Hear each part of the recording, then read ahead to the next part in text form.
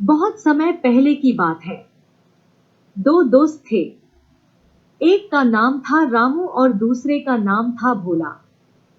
रामू बहुत सीधा था तो वही भोला उतना ही चालाक था। एक बार भोला रामू के पास आया और उससे बोला कि शहर चलकर खूब सारा पैसा कमा कर लाते हैं। रामू भोला की बात मानकर उसके साथ शहर चला जाता है। वहां से वो दोनों खूब सारा पैसा कमा कर लाते हैं।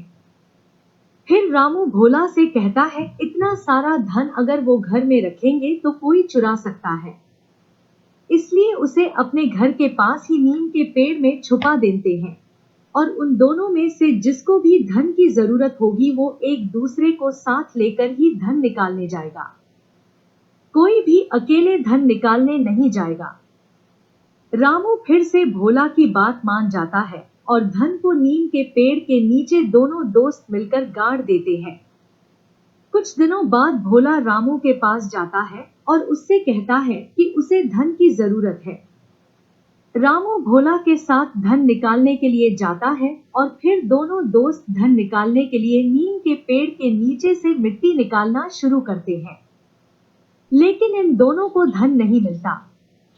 भोला रामू पर गुस्सा करने लगता है और उससे कहता है कि धन उसी ने लिया है।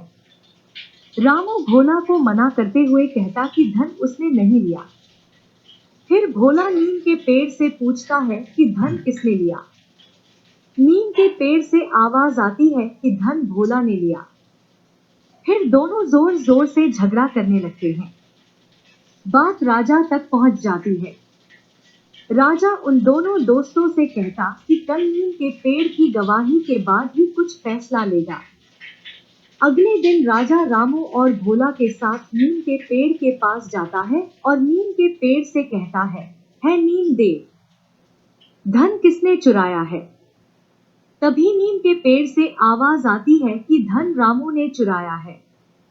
रामू पहले तो मना करता है, फिर वो पास ही पड़ी कुछ लकड़ियों को उठाता है और उसे नीम के पेड़ के नीचे रखकर उसमें आग लगा देता है।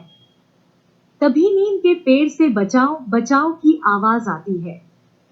राजा अपने सिपाही से उस आदमी को निकालने को कहता है और वो आदमी भोला का पिता होता है। फिर भोला राजा से कहता है कि उसने ही वो सारा धन चुराया था। राजा भोला और उसके पिता को जेल में डाल देता है और रामू को सारा धन मिल जाता है।